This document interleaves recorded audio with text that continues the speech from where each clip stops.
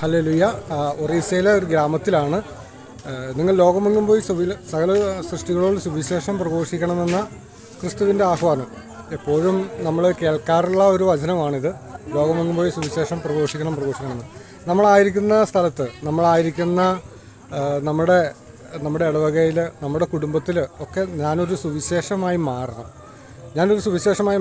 സുവിശേഷമാകാനും സുവിശേഷമേകാനും അതുവഴി നിത്യജീവിതത്തിൽ എത്തിച്ചേരാനും കടപ്പെട്ടവരാണ് മാമോദിസ വഴി, സ്ഥൈര്യലേപനം വഴി, വിശുദ്ധ കുർബാന വഴി നമ്മൾ സ്വീകരിച്ച ഓരോ ക്രിസ്ത്യാനി എന്ന നിലയിൽ.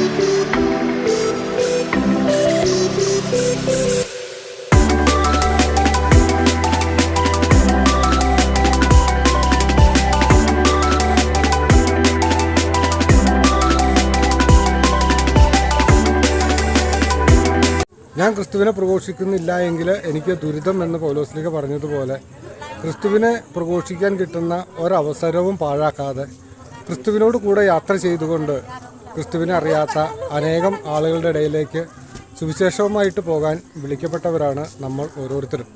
ഒരു മിഷണറിയായി ജീവിക്കുക എന്നത് നമുക്ക് കിട്ടിയിരിക്കുന്ന വിളി, നമുക്ക് കിട്ടിയിരിക്കുന്ന ആ കൃപ, അത് മറ്റുള്ളവർക്ക് പങ്കുവെച്ച് കൊടുക്കുമ്പോൾ ആ കിട്ടുന്ന ഒരു ആനന്ദവും സന്തോഷവും അത് ഒത്തിരി വലുതാണ്. അത് അനുഭവിച്ച് അറിഞ്ഞെങ്കിൽ മാത്രമേ അത് എത്രത്തോളമാണ് നമ്മുടെ ജീവിതത്തിൽ ഓരോ മിഷൻ ഗ്രാമങ്ങളിലേക്കും ചെല്ലുമ്പോൾ മാത്രമാണ് നമുക്ക് മനസ്സിലാവുക. കാരണം ഓരോ മിഷൻ ഗ്രാമത്തിലേക്കും കടന്നു ചെല്ലുമ്പോൾ അവർക്ക് നമ്മോടുള്ള ആ താല്പര്യവും നമ്മൾ അവരുടെ വീട്ടിലേക്ക് കടന്നു ചെല്ലണമെന്ന അവരുടെ അതിയായ ആഗ്രഹവും ഒക്കെ കാണുമ്പോൾ പലപ്പോഴും മിഷണറി ആയിട്ട് തന്നെ ജീവിക്കണം, കർത്താവ് നയിക്കുന്നത് വഴി കർത്താവിൻ്റെ ആ കൃപയോട് ചേർന്നുകൊണ്ട് കൂടുതൽ സ്ഥലങ്ങളിലേക്ക് യേശുവിൻ്റെ സ്നേഹ സന്ദേശവുമായിട്ട് കടന്നു ചെല്ലണം എന്നുള്ളത് നമ്മൾ ഓരോ ഗ്രാമത്തിലൂടെയും ചെല്ലുമ്പോഴാണ് നമുക്ക് മനസ്സിലാക്കാൻ സാധിക്കുന്നത്. ഇവിടെ ഇപ്പോൾ ക്രിസ്തുവിനെ അനുഭവിച്ച് അറിഞ്ഞവരാണ് ഇവിടെ ഉള്ളവർ അധികവും തന്നെ. എങ്കിലും ഇവരുടെ ഇടയിലേക്ക് ക്രിസ്തുവിനെ കൊടുക്കുക എന്നുള്ളതിലുപരി നമ്മൾ അവരുമായിട്ട് സംസാരിക്കുവാൻ, അവരുടെ അടുത്തൊന്ന് ചെല്ലുവാൻ, അവർക്കൊരു ഷെയ്ക്ക് ഹാൻഡ് കൊടുക്കുവാൻ, ഒരു ജയ് ജീശു പറയുവാൻ അവർ വളരെ ആഗ്രഹിക്കുന്നുണ്ട്. നമ്മുടെയൊക്കെ കുടുംബത്തിലാണെങ്കിലും ഒരുപക്ഷെ പ്രായമായ മാതാപിതാക്കളൊക്കെ ഏതെങ്കിലും ഒരു മൂലയിൽ ഒതുങ്ങിക്കൂടി കഴിയുന്നവരുണ്ടാവാം. അവർക്കൊക്കെ ആഗ്രഹമുണ്ട് നമ്മളൊന്ന് അടുത്ത് ചെന്ന് അവരോട് സംസാരിക്കണമെന്ന്. ഇന്നത്തെ കാലത്ത് നമ്മൾ പലപ്പോഴും സംസാരമില്ലാത്ത ഭവനങ്ങളാണ് അധികവും. പല ഭവനങ്ങളിലും ജോലി തിരക്ക് മൂലം, പഠന തിരക്ക് മൂലം, ബിസിനസ്സിൻ്റെ കാര്യം മൂലം നമ്മൾ പലപ്പോഴും മാതാപിതാക്കളെ ഒഴിവാക്കി അവരോട് സംസാരിക്കാൻ കഴിയാതെ വരുന്ന അവസ്ഥയാണ്. അപ്പോൾ ആ ഒരു അവസ്ഥ നമ്മൾ ആ പ്രായത്തിലേക്ക് എത്തുമ്പോഴാണ് നമുക്ക് മനസ്സിലാക്കാൻ സാധിക്കുന്നത്. വിശേഷം പ്രഘോഷിക്കുക എന്നുള്ളത് നമ്മുടെ ജീവിതത്തിൻ്റെ ഭാഗമായിട്ട് നമ്മൾ മാറ്റിയെടുക്കണം. നമ്മൾ ഒരുപക്ഷെ നമുക്ക് പല സ്ഥലങ്ങളിലേക്കും പോകാൻ സാധിക്കുന്നില്ല എങ്കിൽ പോലും നമ്മളായിരിക്കുന്ന സ്ഥലത്ത് നമ്മൾ കാണുന്നവർ നമ്മുടെ ജീവിതം കണ്ടുകൊണ്ട് നമ്മളിൽ ക്രിസ്തുവിനെ കാണാൻ മറ്റുള്ളവർക്ക് സാധിക്കുമ്പോഴാണ് നമ്മൾ യഥാർത്ഥ ക്രിസ്ത്യാനിയായിട്ട് മാറുന്നത്. അതുകൊണ്ട് നമുക്കൊരു മിഷണറി ചൈതന്യം വളർത്തിയെടുത്തുകൊണ്ട് ഒരു നല്ലൊരു മിഷണറി ആയിക്കൊണ്ട് ക്രിസ്തുവിൻ്റെ സന്ദേശം എല്ലാ സ്ഥലത്തും പങ്കുവയ്ക്കുവാൻ, അങ്ങനെ പങ്കുവയ്ക്കാൻ പോകുന്നവർക്ക് വേണ്ടി പ്രാർത്ഥിക്കുവാനോ അവർക്ക് സാമ്പത്തികമായിട്ട് സഹായം ചെയ്യുവാനൊക്കെ നമുക്ക് പരിശ്രമിക്കാം.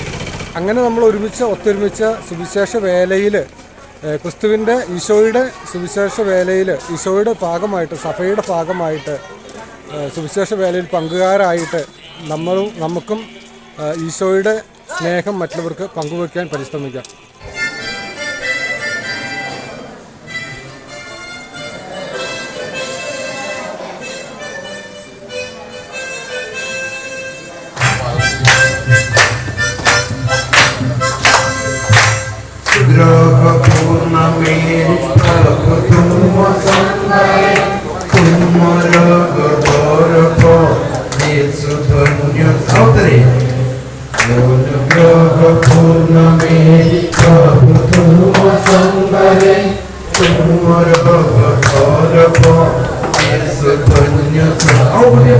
पुण्यमोयि मेरी तुम्हें माता ईश्वरं करो, प्रार्थना करो हमें पापी पाई निरंतर। पुण्यमोयि मेरी तुम्हें माता ईश्वरं करो, प्रार्थना करो हमें पापी पाई निरंतर। पुण्यमोयि मेरी तुम्हें माता ईश्वरं करो, प्रार्थना करो हमें पापी पाई निरंतर। കർത്താവിന്റെ സുവിശേഷം എന്താണ്, അല്ലെങ്കിൽ ഈ സുവിശേഷത്തിന്റെ പൊരുൾ എന്താണ്? ଏହି ବାଇବଲର କଣ୍ଟେଣ୍ଟ ବିଷୟବସ୍ତୁ କଣ ବୋଲିକି ପଚାରିଛନ୍ତି? ഒറ്റ വാക്കിൽ പറഞ്ഞാൽ സ്നേഹം മാത്രമാണ്. ଗୋଟିଏ ପଦରେ ତା ସଂକ୍ଷିପ୍ତ ଭାବରେ କହିବାକୁ ପ୍ରକାଶନ କଲେ ସେଟା ହଉଛି କେବଳ ପ୍ରେମ, ନହେଲେ ସ୍ନେହ। 80 വയസ്സ് പ്രായമുള്ള അദ്ദേഹം കുടുംബമായി ജീവിക്കുന്നു. അദ്ദേഹം കർത്താവിനോടുള്ള സ്നേഹത്തെ പ്രതി ഇത്രയും ദൂരെ യാത്ര ചെയ്ത് ഇവിടെ വന്നത് യേശുവിനെ കുറിച്ച് പങ്കുവെക്കാനാണ്. ଦେଖ ଏ ଆସିଥିବା ଲୋକମାନଙ୍କ ଭିତରେ 80 ବୟସ ପର୍ଯ୍ୟନ୍ତ ମଧ୍ୟ ଆସିଥିବା ଲୋକମାନେ ଅଛନ୍ତି। କଣ ପାଇଁ ଯେ യേശുଙ୍କ ବିଷୟ ଯେ ଶୁଣି ନଥିବା ଲୋକମାନେ କେତେବେଳେ ପ୍ରଚାର କରିବା ପାଇଁ, ଶୁଣାଇବା ପାଇଁ ଆସି ଅଛନ୍ତି। ସେମାନେ ବହୁତ ଆଗ୍ରହରେ ଆନନ୍ଦ